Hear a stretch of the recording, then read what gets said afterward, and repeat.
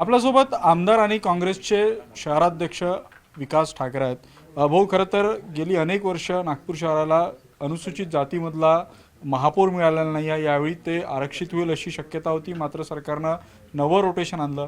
कुठेतरी नागपूर महानगरपालिकेमध्ये महापौर पदापासून आता अनुसूचित जातीला वंचित राहावं लागेल अशी स्थिती आहे। नाही, कसं आहे की आरक्षण जेही उघडलं असेल, परंतु आरक्षण हे मतदानाच्या आधी उघडायला पाहिजे अशी प्रक्रिया आतापर्यंत होती। आणि यावेळेस आपण पाहिलं असेल की मतदान झाल्यानंतर आरक्षण उघडलं तर साऱ्या राज्यामध्ये सर्व जिथे महानगरपालिके झाल्या शंकेचं वातावरण आहे की ज्यांना महापौर बनवायचं आहे ते गृहीत धरून तर आरक्षण उघडलेलं नाही अशी शंका महाराष्ट्रातील जनतेच्या मनात निर्माण झाली आहे। आणि शंकेचं घर निर्माण करणारे सत्ताधारी आहेत। आणि म्हणूनच मला असं वाटतं की ही प्रक्रिया जर मतदानाच्या आधी झाली असती तर ही शंका राज्यात राहिली नसती।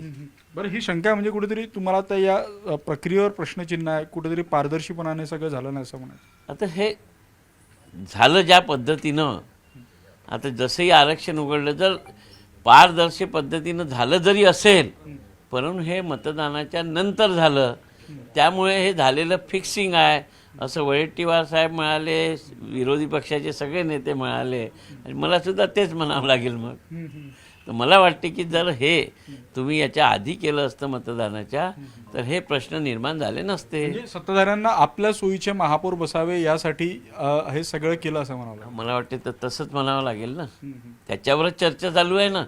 म्हणजे राज्यात ही चर्चा निर्माण कशामुळे झाली, ही शंका कशामुळे निर्माण झाली, यामुळेच झाली आहे। आणि मला वाटते की आता त्यांनी नाही केलं असेल तरीही त्याचं उत्तर देणं यांना जमणार नाही असं वाटतं। बरं भाऊ, आता काँग्रेसला नागपूर महानगरपालिकेत विरोधी पक्ष म्हणून काम करावं लागेल। विरोधी पक्षनेता कोण असेल, गट कधी स्थापन होईल, या सगळ्या बाबतीत कधी आता या सगळ्या प्रक्रिया? आमची 2 दिवसाआधीच आमचे निरीक्षक आहे माजी मंत्री रणजित बाबू कांबळे साहेब आणि अखिल भारतीय काँग्रेस कमिटीचे सचिव कुणालजी चौधरी यांनी सर्व निवडून आलेल्या नगरसेवकांची बैठक घेतली। त्या बैठकीमध्ये नगरसेवकांकडून त्यांनी प्रस्ताव घेतला की कोणाच्या नावावर शिक्कामोर्तब करायचं। आता तो प्रस्ताव प्रांताध्यक्षांच्या सहमतीने ते घोषित करतील। प्रांताध्यक्ष हर्षवर्धनजी सपकाळ यांच्याकडे तो प्रस्ताव त्यांनी पाठवलेला आहे। आणि मला वाटतं की तिथून मंजुरी आल्यावर आम्ही आघाडीचं रजिस्ट्रेशन करू आणि गटनेता करू। भाऊ, तुमच्या संख्याबळाच्या आधारे मनोनीत नगरसेवक तुम्हाला मिळायला हवे, ते एक असावे की 2 असावे, त्या सगळ्या संदर्भात तुम्ही रणनीती केलेली आहे का? कारण सत्ता पक्षाचा हा प्रयत्न असेल की तुमच्याकडे मनोनीत नगरसेवक पद येऊ नये। नाही, आमच्याकडे जितकी आमची आकडेवारी आहे त्यानुसार आमची मनोनीत येणारच आहे। आणि एकदा नगरसेवक निवडून आल्यावर स्थायी समितीमध्ये किंवा मनोनीत हे आकड्यांचा खेळ आहे ना।